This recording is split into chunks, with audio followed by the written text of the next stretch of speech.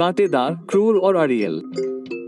Hedgehog के बारे में शायद यही पहली धारणा रही होगी, है ना? लेकिन क्या होगा अगर मैं आपसे कहूं कि इन नुकीले कांटों के पीछे एक बिल्कुल अलग कहानी छिपी है? दरअसल दुनिया के कई हिस्सों में हेजहॉग व्यावसायिक पालतू जानवर बन गए हैं और चीन में इन जानवरों को पालने से सालाना 20 मिलियन अमेरिकी डॉलर तक की कमाई हो सकती है। तैयार हो जाइए, आप जल्द ही यह जानने वाले हैं कि हेजहॉग आपकी कल्पना से कहीं ज्यादा कीमती है। क्या आपको लगता है कि शाही को पालना मुश्किल होगा? सच तो यह है कि उनकी देखभाल करना आपकी कल्पना से कहीं ज्यादा आसान हो सकता है। बहुत कम लोगों को पता है कि उन नुकीले कांटों के पीछे, जो दिखने में सिर्फ बचाव के लिए होते हैं, एक खजाना छिपा होता है। शाही सिर्फ जिंदा नहीं रहते, वे दूरदृष्टि रखने वालों के लिए जिंदगी बदलने वाले अवसरों के दरवाजे खोल सकते हैं। दरअसल कई लोग कहते हैं कि शाही पालना सुअर पालने से भी आसान है। इन हृष्ट-पुष्ट जानवरों को बड़े बड़े बाड़ों की जरूरत नहीं होती। कंक्रीट के फर्श की जरूरत के बिना बस एक खुली, हवादार जगह ही उनके आराम से रहने के लिए काफी होती है। हालांकि उनके जिज्ञासु स्वभाव और भागने की प्रबल प्रवृत्ति के कारण बाड़े को सुरक्षित रखना नितांत आवश्यक है। एक मजबूत बाड़ और एक विश्वसनीय अवरोधक प्रणाली शाही को लगातार निगरानी की आवश्यकता के बिना सुरक्षित रखेगी।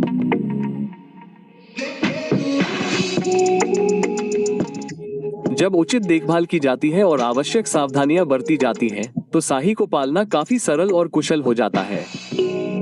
चूंकि शाही प्रकाश और छाया के मिश्रण वाले वातावरण को पसंद करते हैं, इसलिए बाड़े को छायादार कोनों के साथ खुली जगह के साथ डिजाइन किया जाना चाहिए। तेज धूप के सीधे संपर्क में आने से बचना चाहिए और उन्हें बारिश से बचाने के लिए छत या आश्रय प्रदान करना चाहिए। एक सुव्यवस्थित सेटअप के साथ आवास शांत और शांत रहता है, जिससे शाही पनपते हैं और उनकी देखभाल करना बहुत आसान हो जाता है। शाही को न केवल पालना और संभालना आसान है, बल्कि उनके सख्त, टिकाऊ कांटों के कारण भी उनका अनूठा मूल्य है, जिससे वे पारंपरिक चिकित्सा और हस्तशिल्प उद्योग दोनों में आय का एक अच्छा स्रोत बन गए हैं। किसान अक्सर शाही को अलग अलग स्प्रे पेंट से चिन्हित करते हैं, जिससे उन्हें संभालना और पहचानना आसान हो जाता है।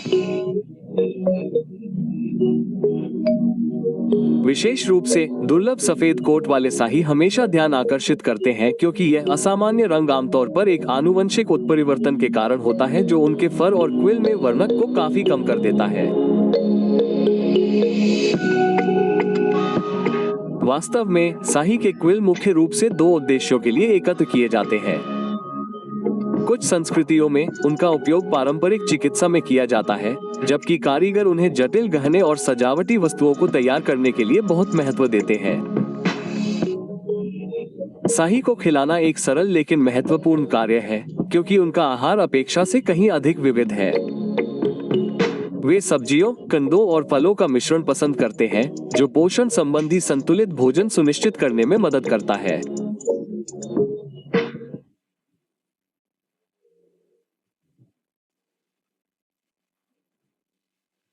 खेती में देखभाल करने वाले अक्सर उन्हें पत्तेदार साग, शकरकंद, गाजर, गन्ना, केले और यहाँ तक कि नारियल भी देते हैं, ताकि उनके भोजन के स्रोतों में विविधता आए।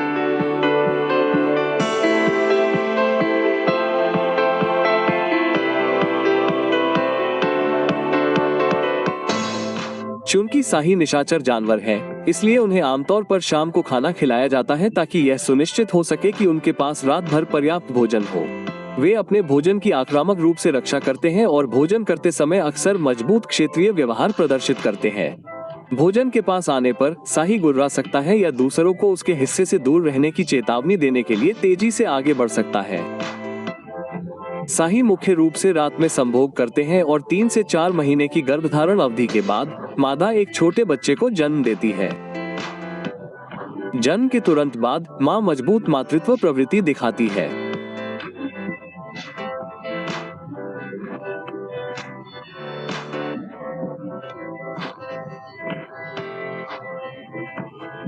एक विशेष रूप से उल्लेखनीय व्यवहार यह है कि वो अक्सर पोषण के स्रोत के रूप में और घोंसले को साफ रखने के लिए नाल का सेवन करती है, जिससे शिकारियों को आकर्षित करने का जोखिम कम होता है।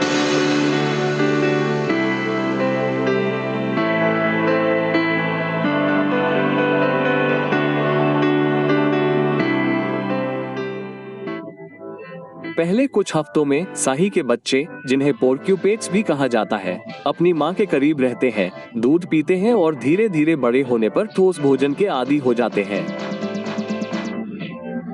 किसान उनके विकास पर बारीकी से नजर रखते हैं और एक बार जब युवा साही काफी मजबूत हो जाते हैं, तो उन्हें अलग बाड़ों में ले जाया जाता है। खेत में लगभग 50 प्रजनन जोड़े हैं।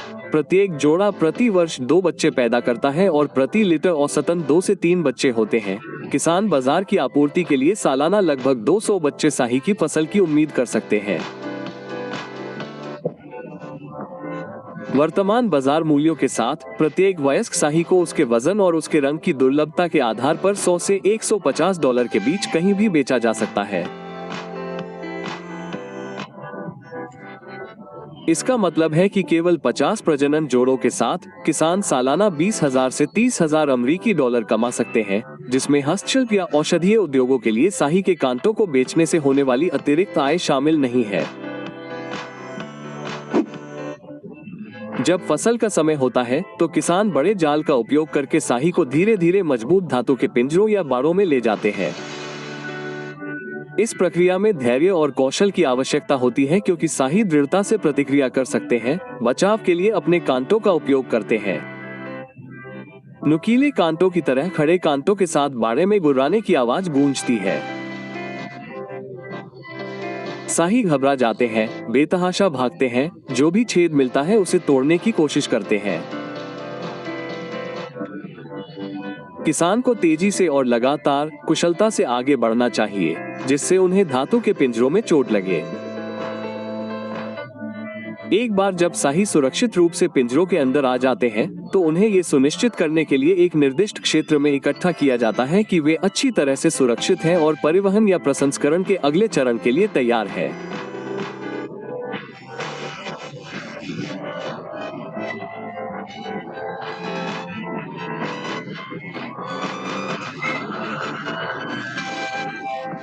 वध के बाद साही के कांटों को सीधे आग में गर्म करके टॉर्च की मदद से गर्म पानी में डुबोकर या फिर चिमटे से हर कांटे को तोड़कर अलग अलग तरीकों से काटा जाता है।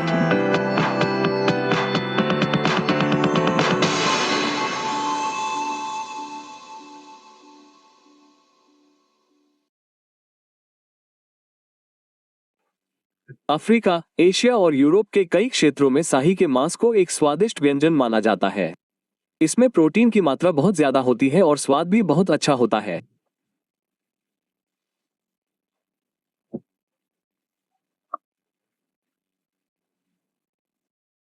पोर्क और बीफ का मिश्रण होने के कारण यह मांस धीमी आंच पर पकाए गए स्टू या सुगंधित स्टर फ्राई व्यंजनों के लिए बहुत अच्छा होता है।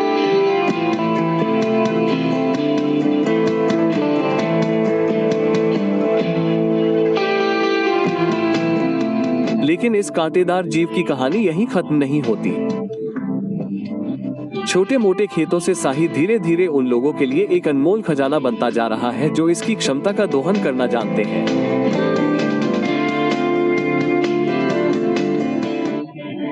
कम निवेश, देखभाल की आसान तकनीक और साही के मांस, कांटों और साही की दुर्लभ नस्लों के लिए एक विशाल बाजार के साथ साही का पालन आधुनिक कृषि में स्थायी सफलता की तलाश करने वालों के लिए एक बेहतरीन विकल्प बनता जा रहा है। तो आपका क्या ख्याल है? क्या आप साही की दुनिया में कदम रखने के लिए तैयार हैं, जहां धैर्य, देखभाल और थोड़े से हुनर से स्थायी संपत्ति के द्वार खुल सकते हैं?